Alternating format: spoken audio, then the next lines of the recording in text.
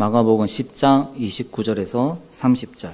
예수께서 이르시되 내가 진실로 너희에게 이르노니 나와 복음을 위하여 집이나 형제나 자매나 어머니나 아버지나 자식이나 전토를 벌인 자는 현세에 있어 집과 형제와 자매와 어머니와 자식과 전토를 100배나 받되 박해를 겸하여 받고 내세의 영생을 받지 못할 자가 없느니라. 아멘. 우리는 지난 설교 때 똑같은 본문으로 버릴 수 있는 신앙이라는 제목으로 말씀을 나눴습니다. 그때 나눴던 핵심적인 주제는 이제 우리가 예수 그리스도를 위하여서 버릴 수 있는, 특별히 우리의 옛사람, 우리의 옛세상, 그것을 버릴 수 있는 신앙을 우리가 가져야 한다. 그런 자기 부인의 신앙을 가져야 한다라는 것이었습니다. 그래서 오늘은 이 동일한 말씀을 가지고 그러면 우리가 받을 복이 무엇인가, 거기에 대해서 함께 나눠보고자 합니다. 버리는 신앙이라는 것은 하나님과 예수님을 위해서 가족과 전토조차도 버릴 수 있는 신앙을 말합니다. 그리고 예수님이 버리라고 하신 가족과 전토는 바로 우리의 옛사람입니다. 타락하여 죄인이 되어버린 우리의 옛사람, 그리고 죄인으로서 우리가 거했던 옛세상을 버려라 라는 것이죠. 그래서 새 사람이시며 새 세상이신 예수님을 따르라 라는 말입니다. 예수님은 우리에게 자기 십자가를 지고 철저하게 자기를 부인하며 예수님만을 따르기를 요구하시는 것입니다. 그러면 여러분, 하나님을 위해서 우리는 버리기만 해야 할까요?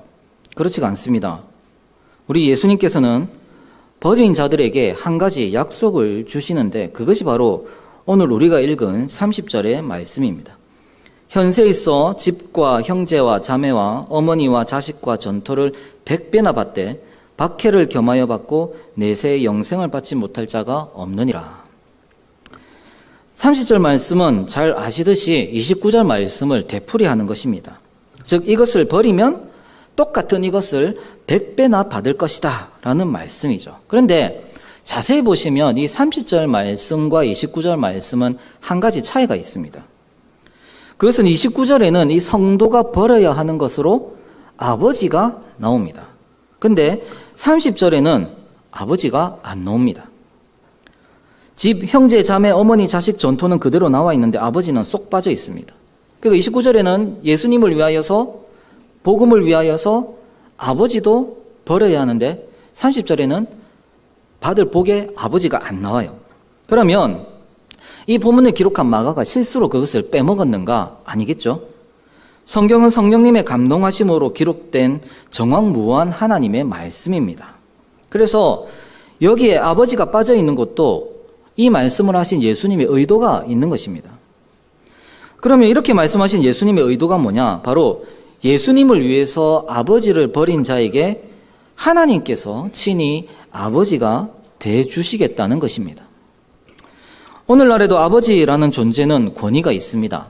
물론 과거 같지는 않은 것 같습니다. 요즘 아이들한테는 아버지가 굉장히 좀 친근한 존재가 되어 있는 것 같아요. 근데 제가 어렸을 때만 해도 지금도 마찬가지입니다만은 아버지라는 존재는 조금 굉장히 좀 무섭고 엄한 존재였거든요. 쉽게 다가가기 힘든, 좋으면서도 쉽게 다가가기 힘든 그런 약간 존재였습니다. 그게 좀 무서운 분이셨죠. 어머니가 친근하고 아버지는 좀 무섭고. 근데 요즘 아이들은 어머니를 더 무서워하는 것 같아요. 어머니를 더 무서워하고 아버지를 더 친근해하고. 근데 아무튼 이 오늘날에도 이 아버지라는 그 이름이 가진 권위가 있죠. 그런데 과거에 이 아버지라는 존재는 아주 절대적인 존재였습니다. 세상에서뿐만 아니라 성경에서도 마찬가지입니다. 구약 율법에 따르면은 부모에게 순종하지 않는 것은 사형에 해당하는 죄악이었습니다. 신명기 21장 18절에서 21절을 보면 이런 말씀이 있습니다. 사람에게 완악하고 폐역한 아들이 있어 그의 아버지의 말이나 그 어머니의 말을 순종하지 아니하고 부모가 징계하여도 순종하지 아니하거든 그의 부모가 그를 끌고 성문에 이르러 그 성읍 장로들에게 나아가서 그 성읍 장로들에게 말하기를 우리 이 자식은 완악하고 폐역하여 우리 말을 듣지 아니하고 방탕하며 술에 잠긴 자라 하면 그 성읍의 모든 사람들이 그를 돌로 쳐 죽일지니 이같이 내가 너희 중에서 악을 제하라. 그리하면 온 이스라엘이 듣고 두려워하리라. 그런데 예수님은 자신을 위해서 아버지를 버려라 라고 말씀하십니다. 이 목숨을 걸어야 하는 엄청난 요구입니다. 단순히 그냥 막연하게 그래 예수님을 위해서 다 버릴 수 있어야지. 그게 아니라 이 말을 듣는 유대인들에게 있어서는 목숨을 걸어야 하는 일이라는 것이죠. 다시 한번 강조하지만 예수님의 이 말씀은 육신의 아버지를 무조건 버리라는 말이 아닙니다. 육신의 아버지를 공경하고 순종하는 것은 분명한 하나님의 뜻입니다. 하지만 육신의 아버지가 우리의 신앙의 걸림돌이 될 수도 있습니다. 특히 예수님이 오시고 난 뒤에 아비가 자녀를, 자녀가 부모를, 형제가 형제를 공회에 넘겨줄 때가 올 것입니다. 예수님이 오시고 이미 빛과 어둠이 나눠졌습니다. 그때 유대의 한 가정 안에서도 빛과 어둠이 나눠집니다. 아버지가 가족들에게 예수님을 따르지 못하게 할 수도 있습니다. 그때 예수님을 위해서 성도는 죽을 각오를 해서라도 예수님을 따라야 하는 것입니다. 부모에게 순종하지 못하는 결과가 된다고 하더라도 아버지보다 예수님을 더 따라야 하는 것입니다. 이렇게 예수님을 위해서 육신의 아버지를 버린 자들에게 예수님은 보상을 약속해 주셨습니다. 그 보상은 바로 천지를 창조하신 하나님께서 친히 그들의 아버지가 되어주시는 것입니다. 하나님이 대신 우리의 아버지가 되어주시는 것입니다. 이것이 바로 버린 자들이 받을 가장 크고 근본적인 복입니다. 성도 여러분, 우리는 하나님 아버지라는 말을 참 쉽게 합니다. 그러다 보니까 하나님 아버지가 우리의 아버지가 되신다. 이게 우리가 받을 복인가? 우리가 그 모든 것들을 희생하고 받을 복이 바로 이것인가? 그런 생각이 들 수도 있습니다. 하지만 우리가 하나님을 아버지라고 쉽게 부를 수 있는 것 자체가 이전에는 상상할 수 없었던 복이라는 사실을 꼭 기억해야 합니다. 세상 사람들은 절대 살아계신 하나님을 아버지라고 부를 수 없습니다. 아니, 구약의 이스라엘도 하나님을 아버지로 부를 수 없었습니다. 왜냐하면 여전히 죄의 문제가 해결되지 않았기 때문입니다. 우리가 사도신경을 고백했는데 그 사도신경에 나오는 것처럼 하나님의 아들은 한 분뿐입니다. 하나님의 아들은 유일하십니다. 유일하신 하나님의 아들이십니다. 바로 예수님이시죠. 하지만 죄인은 절대로 하나님의 아들이 될 수가 없습니다. 그런데 이제 진짜이신 예수님이 오셨습니다. 그리고 예수님은 우리의 죄를 사해 주시기 위해서 오셨습니다. 우리 죄 문제를 해결하시고 의롭다 칭해 주시기 위해서 오셨습니다. 우리를 하나님의 양자로 삼아 주시기 위하여 예수님은 오셨습니다. 그래서 우리는 예수님께 나아가지 못하게 하는 모든 것, 그것이 육신의 아버지라고 할지라도 그것을 버리고 예수님께 나아가야만 합니다. 그래야 우리가 살기 때문입니다. 그리고 우리의 옛 세상을 버리고 예수님을 따를 때 우리는 하나님의 양자가 됩니다. 하나님께서 우리의 아버지가 되어주시고 우리는 하나님을 아버지라고 부를 수 있게 되는 것입니다. 또 성경에서 아버지라는 존재는 육신의 아버지만을 지칭하지 않습니다. 세상의 권세자들 같이 세상에서 우리를 지켜주는 큰 권위의 울타리 모두를 지칭합니다. 예수님을 따른다라는 것은 세상에서 그 모든 울타리들을 다 잃을 수도 있다라는 것을 말합니다. 일제강점기 때 신사참배를 한다면 또 일제 요구에 순종을 한다면은 그 일제라는 그 권세자, 그 세상의 막강한 권세, 우리의 목숨을 쥐고 흔들 수 있는 그 막강한 권세는 우리의 든든한 울타리가 되어주겠죠. 우리가 일제가 요구하는 대로 예배 시작하기 전에 일어서서 동경에 있는 도쿄에 있는 천황을 향해서 동방요배를 하고 예배를 시작하고 일제에 거슬린다는 이유로 모세오경 다 제해버리고 요한계시록도 제해버리고 그래서 몇 가지 성경만 가지고 설교를 하고 그렇게 한다면 그리고 예배 마치고 나서 다 같이 신사에 가가지고 신사참배를 하고 그렇게 한다면은 일제는 우리의 든든한 울타리가 되어주겠죠. 하지만 예수님을 위해서 그것을 버릴 때 일제는 우리의 목숨을 위협합니다. 예수님의 요구는 이 세상을 살아가는 우리에게 그만큼 무서운 일입니다.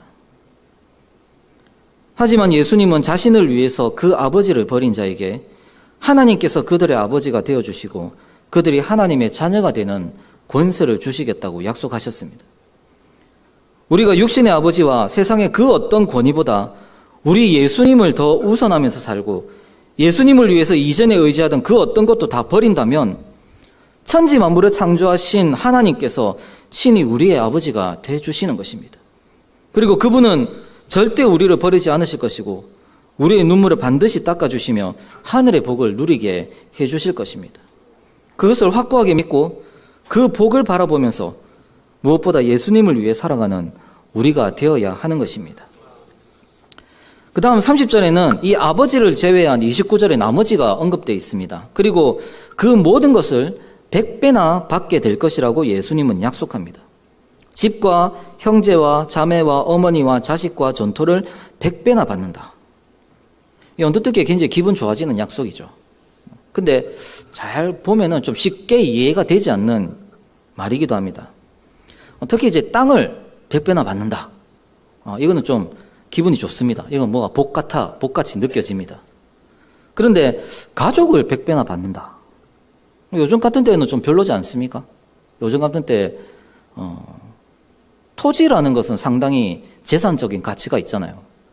근데 가족은 요즘은 갈수록 소수만 유지하려고 하죠. 왜냐하면 돈 들거든요. 재산으로서의 가치가 없거든요. 옛날에는 농사를 지으니까 자녀들이 많을수록 좋은 것이었지만, 든든한 것이었지만 요즘은 안 그렇게 돈이 더 들거든요. 가족이 많을수록. 요즘 같은 때 가족을 100배나 받는다. 이게 복처럼 느껴지십니까, 이게? 그러다 보니까 보통 100배라는 숫자에만 집중합니다. 내가 하나님을 위해서 이만큼 바치면 하나님이 100배나 갚아주신다. 이렇게 막연하게 생각을 하는 거죠. 하지만 오늘 본문에서 예수님은 보상의 대상을 분명하게 나열하고 있습니다. 집, 형제, 자매, 어머니, 자식, 전토. 그리고 이것들은 저번 설교에서 말씀드렸듯이 성경에서 분명한 의미를 가지고 있는 것들입니다. 지난 주일에 살폈듯이 집은 자신이 살고 있는 거처를 말하고 형제, 자매, 어머니는 가족이며 자식은 자신의 대를 이어줄 언약의 후손을 말합니다. 그리고 전토 역시 하나님께서 이스라엘에게 주신 기업의 땅입니다. 이것은 당시 유대인들의 삶 그 자체였고 땅과 가족과 자손을 통해서 조상들에게 주신 약속을 누리는 것이었습니다. 이 약속 안에서 그들은 하나님의 나라의 안식과 평안을 누렸습니다. 그런데 지금 예수님은 바로 그것을 버리라고 하십니다. 하지만 그냥 버리는 것이 아닙니다. 그것을 버리고 새로 얻어야 하는 것이 있습니다. 그것은 바로 새로운 가족, 새로운 자손, 새로운 땅입니다. 그들이 지금까지 누리고 있던 것들을 버리면 예수님 안에서 새로운 약속의 성취를 누리게 될 것이라고, 그것도 100배나 누리게 될 것이라고 예수님은 지금 약속하시는 것입니다. 어떻게 보면 예수님을 믿고 구원받는다라는 것은 애굽에서 나와 광야로 나가는 것과 같습니다. 이스라엘 백성들은 애굽에서 노예 생활을 했고 그곳에서 고통을 당해야 했습니다. 하지만 그들이 애굽을 나와서 보니까 눈앞에 있는 것은 광야입니다. 차라리 애굽이 나아 보이는 거죠.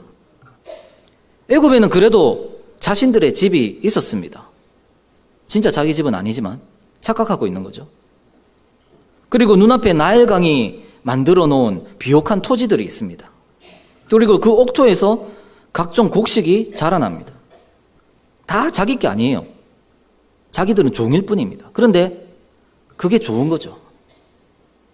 그런데 광야로 와보니까 험준한 바위와 풀 한 폭이 찾기 힘든 들판뿐이고 먹을 음식과 물은 찾아보기 힘들고 또 이동할 때마다 옮겨야 하는 천막에서 살아야 합니다.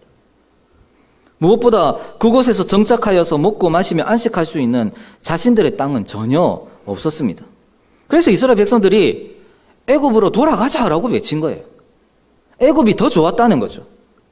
이처럼 구원이라는 것은 이전에 나의 육신의 안식을 제공하던 그 모든 것을 버려야 하는 것을 뜻합니다. 하나님이 아브라함에게도 똑같이 요구하셨죠. 본토, 친척, 아비 집을 떠나라. 이 말은 사실 죽으라는 말입니다. 이 당시에 아브라함에게 있어서. 옛 사람을 버린다, 옛 세상을 버린다, 그만큼 고통스러운 것입니다. 하지만 애굽으로 돌아가자고 불평하던 이스라엘 백성들에게 사실 더 큰 것이 약속되어 있었습니다. 그것은 젖과 꿀이 흐르는 가나안 땅과 기업으로 받은 그 땅에 지어질 집과 그 집에서 함께 거하며 함께 먹고 마실 형제, 자매, 자녀들이었습니다. 바로 하나님의 집, 하나님의 나라 이스라엘입니다. 어머니와 같은 그 나라 안에서 애굽이 줄 수 없는 안식과 평안을 누리게 될 것입니다. 그것이 애굽을 버린 이스라엘 백성들에게 주어진 약속입니다. 그리고 이 약속은 진정으로 애굽을 버렸던 갈렙과 여호수아에게 주어졌습니다. 하지만 애굽에서 나왔지만 애굽을 버리지 못했던 자들은 그 약속을 얻지 못합니다. 그들은 모두 애굽과 똑같은 광야에 묻히고 말았습니다. 오늘 우리에게도 예수님은 애굽을 버릴 것을 요구하고 계십니다. 나에게 안식을 주고 나의 꿈을 이루어 줄 것처럼 보였던 옛 세상을 버려라는 것입니다. 다 버리는 자에게 젖과 꿀이 흐르는 가나안에서 집을 짓고 믿음의 가족과 함께 안식을 누릴 수 있는 참복을 약속하시는 것입니다. 성도 여러분, 오늘 우리에게 약속의 땅, 그 땅에 세워질 집, 그리고 그 집과 함께 거할 우리의 가족, 그것이 무엇입니까? 그것은 바로 하나님께서 거하시는 하나님의 집, 하나님의 나라입니다. 성경은 천국이 하나님의 집이라고 말하고 있습니다. 천국은 하나님의 보좌가 있는 하나님의 궁전입니다. 그리고 그곳에는 우리의 아버지이신 하나님이 계시고 우리 형님이신 예수님이 계시며 앞서간 모든 믿음의 형제 자매들이 있습니다. 이 천국이야말로 100배라는 말이 다 설명할 수 없는 가장 큰 선물입니다. 우리가 이 천국에 들어가게 될 때 하나님께서 친히 우리의 눈물을 닦아주실 것이고 여태껏 경험해 보지 못한 안식과 평안을 누리게 하실 것입니다. 이 천국 백성이 되는 것, 천국이 우리의 집이 되고 우리가 하나님의 가족이 되는 것, 이것이 예수님을 위해 모든 것을 버린 자에게 주어진 복입니다. 그러면 그 약속을 우리는 죽어서 가는 천국에서만 받습니까? 아닙니다. 오늘 본문에서 예수님은 내세의 영생과 함께 현세에서도 분명히 받는다라고 약속합니다. 천국의 약속을 이 땅에서도 우리는 분명히 받습니다.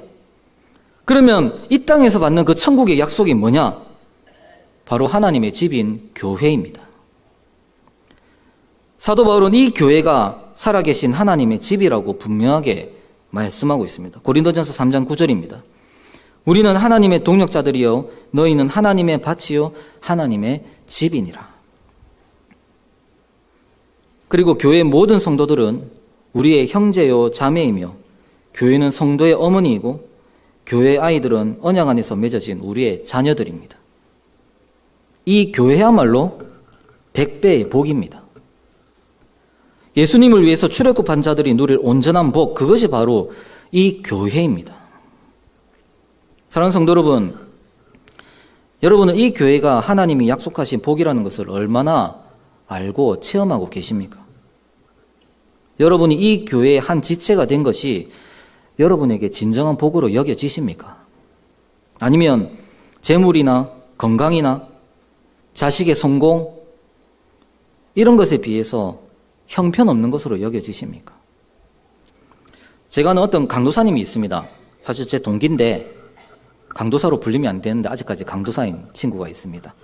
결혼을 못 해가지고 아직까지 강도사님인데 그 친구가 과거에 지금 섬기던 교회 말고 이전의 교회에서 이런 식으로 설교를 했대요. 이 본문을 가지고 이런 식으로 설교를 했답니다. 그러니까 가르치면서 교회가 우리가 100배나 받을 복이다.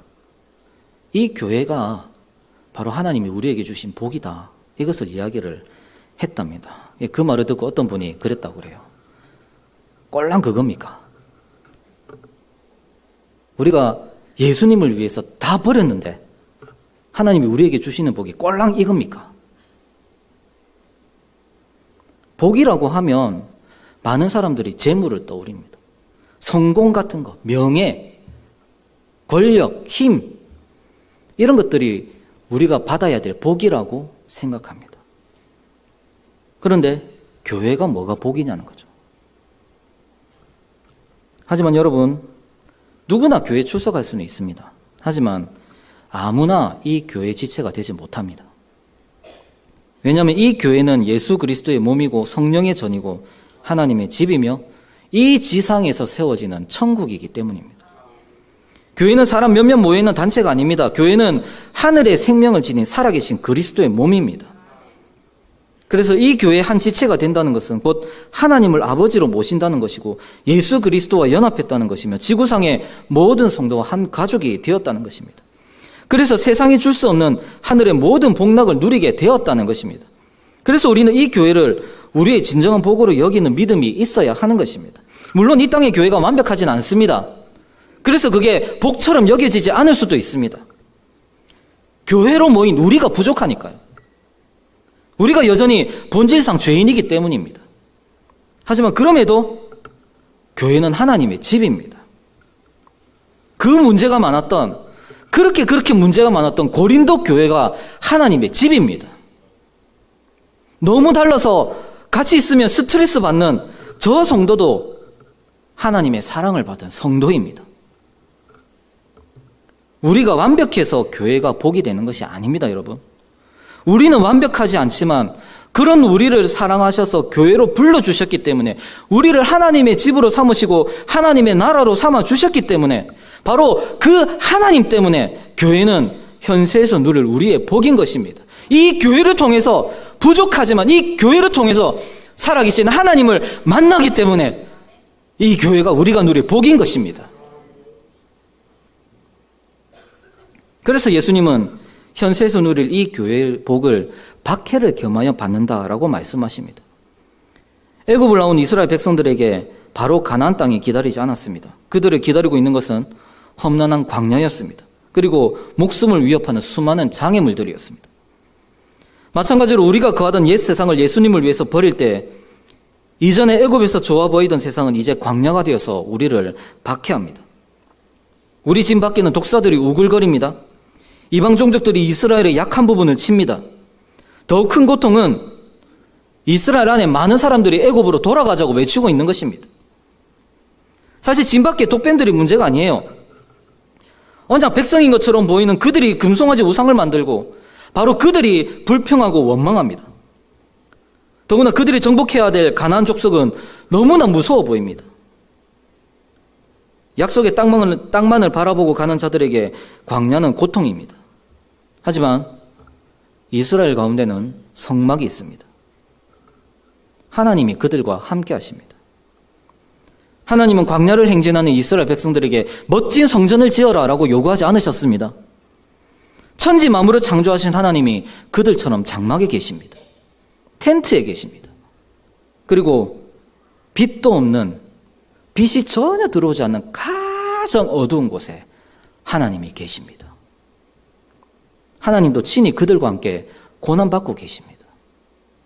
그리고 그 하나님께서 구름 기둥과 불 기둥으로 이스라엘의 길을 인도하시고 불뱀들을 막고 계십니다.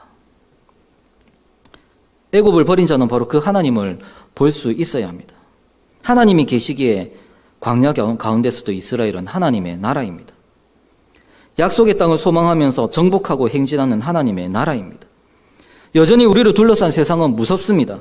우리 역시 출애굽한 이스라엘 백성들처럼 부족한 것 투성입니다. 그럼에도 이 교회는 하나님이 약속하신 바로 그 복, 하나님의 나라입니다. 왜냐하면 이 교회에 하나님이 계시기 때문입니다. 말씀 맺겠습니다. 사랑하는 성도 여러분, 하나님과 예수님을 위해 이전에 내가 누리던 모든 것, 내가 사랑하는 모든 것들 다 내려놓고 다 버리고 우리 예수님을 따라가는 성도님들이 되시기를 바랍니다. 그 모든 것을 버린 자에게 하나님께서는 저 천국의 소망을 주시며 이 교회 지체가 되게 하심으로써 하나님의 가족이 되고 하나님의 집에서 안식을 누리게 하십니다. 여러분은 세상의 성공을 위해서 잠시 천국의 소망과 교회의 안식을 뒤로 미루는 그러한 버리지 못한 신앙을 가지시겠습니까?